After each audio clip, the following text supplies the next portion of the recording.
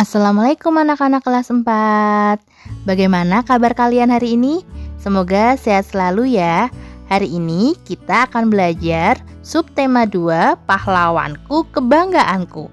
Sebelumnya kita berdoa terlebih dahulu ya. Doa sebelum belajar. Bismillahirrahmanirrahim. Raditu billahi robba wa bil islami dina wa bi muhammadin nabiyya wa rasula. Rabbi zidni ilma warzuqni fahma. Amin. Sebelum belajar, kita menyiapkan alat tulisnya ya. Ada buku tulis, pulpen 4B, dan perlengkapan menulis pulpen. Ketika masa kerajaan Hindu-Buddha mulai melemah, masuklah agama Islam di wilayah Indonesia. Agama Islam berkembang pesat, terutama di daerah pesisir.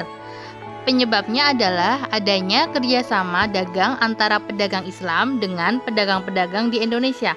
Makin kuatnya pengaruh Islam di kalangan penduduk mendorong untuk tumbuhnya kerajaan-kerajaan Islam di Nusantara. Masih ingatkah kalian tokoh-tokoh kerajaan Islam di Indonesia? Siapa saja ya? Ya, Raden Patah berasal dari kerajaan Demak, Sultan Hasanuddin dari kerajaan Gorontalo, Sultan Ageng Tirtayasa dari kerajaan Banten, dan Sultan Iskandar Muda dari kerajaan Aceh.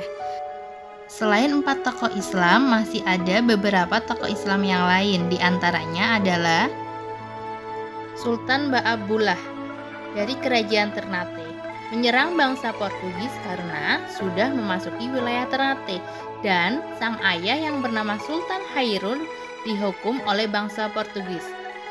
Peninggalan beliau adalah Masjid Ternate dan Benteng Kerajaan Ternate. Sultan Agung dari kerajaan Mataram. Kerajaan Mataram mencapai puncak kejayaan dan hidup makmur pada masa Sultan Agung. Daerah kekuasaan meliputi kota Jepara, Tegal, Pekalongan, Tuban, dan Gresik. Peninggalan beliau adalah Pasar Legi Kota Gede dan Masjid Kota Gede. Wah, menarik sekali kan belajar tentang perjuangan pahlawan. Selain itu, di Indonesia juga mempunyai pahlawan-pahlawan nasional. Mereka bekerja keras memperoleh kemerdekaan Indonesia. Ayo kita pelajari bersama-sama. Di antaranya adalah Kapitan Patimura. Kapitan Patimura adalah pahlawan dari Maluku. Beliau lahir pada tanggal 8 Juni 1783 dan meninggal pada tanggal 16 Desember 1817. Patimura bangkit memimpin rakyat Maluku melawan kekejaman Belanda. Pihak Belanda menguasai perdagangan rempah-rempah di seluruh kepulauan Maluku. Rakyat diharuskan menjual hasil pertaniannya dengan sangat murah, bahkan harus menyerahkan beberapa bahan pangan kepada Belanda. Pada tahun 1817, perlawanan rakyat Maluku yang dipimpin oleh Patimura berhasil merebut benteng Dur Stede di Saparua.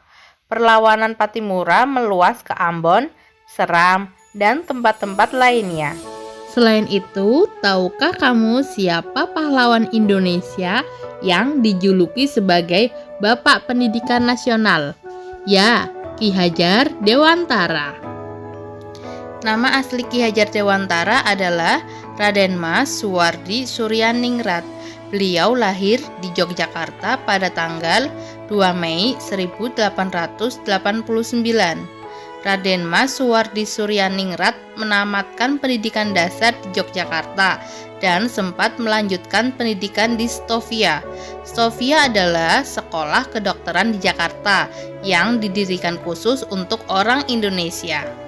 Kemampuannya berbahasa Belanda digunakan untuk menuliskan kritikan-kritikan terhadap pemerintah Belanda. Pada tanggal 3 Juli 1922, Ki Hajar Dewantara mendirikan perguruan taman siswa, yaitu sekolah nasional pertama bagi rakyat Indonesia. Taman siswa merupakan bentuk nyata perjuangan melawan penjajah karena beliau yakin bahwa pendidikan akan membantu mencapai tujuan, yaitu kemerdekaan bangsa. Berkat beliau, kita bisa bersekolah seperti sekarang. Apa yang sebaiknya kita lakukan sebagai pelajar? Apa hayo yang kita lakukan? Ya, kita harus semangat belajar. Walaupun pada masa pandemi kita harus tetap semangat belajar, menunaikan ibadah dan menjaga kesehatan ya anak-anak. Jasa Ki Hajar Dewantara sangatlah besar dalam dunia pendidikan. Beliau mendapatkan gelar Bapak Pendidikan Nasional dan tanggal lahirnya 2 Mei diperingati sebagai Hari Pendidikan Nasional. Selain itu, tahukah kamu siapa pahlawan nasional yang memproklamasikan kemerdekaan Indonesia? Ya, benar sekali. I.R. Soekarno adalah tokoh yang memproklamasikan kemerdekaan Indonesia pada tanggal 17 Agustus 1945. Insinyur Soekarno lahir di Surabaya 6 Juli 1901. Sekolah dasar diselesaikannya di Mojokerto dan sekolah menengah pertama di Surabaya. Setelah itu, dia melanjutkan pendidikannya di Institut Teknologi Bandung.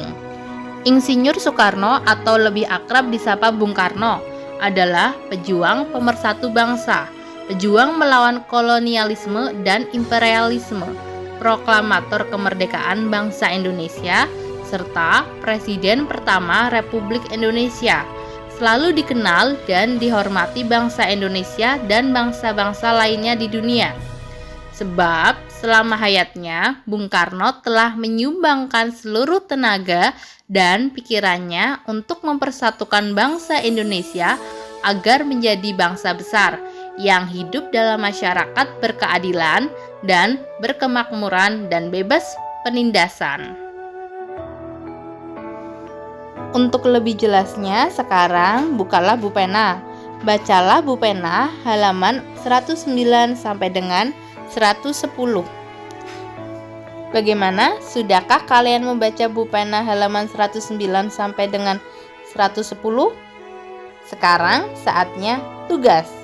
Kerjakan di buku tulis ya, jangan lupa ditulis soalnya. Dikumpulkan sampai dengan nanti malam pukul 20.00. Ustazah tunggu ya anak-anak. Di Indonesia memiliki pahlawan yang sangat membanggakan. Para pahlawan bersemangat untuk meraih kemerdekaan. Oleh karena itu, kita mencontoh sikap para pahlawan dan menerapkan dalam kehidupan sehari-hari. Oleh karena itu, mencontoh sikap para pahlawan dan menerapkan dalam kehidupan sehari-hari. Alhamdulillah belajar hari ini sukses ya. Sebelum kita mengakhiri, sebaiknya kita membaca doa kafaratul majlis. Subhanakallahumma wa bihamdika asyhadu an la ilaha illa anta astaghfiruka wa atubu ilaik. Amin amin ya robbal alamin. Sekian dan terima kasih ucapannya ya. Wassalamualaikum warahmatullahi wabarakatuh.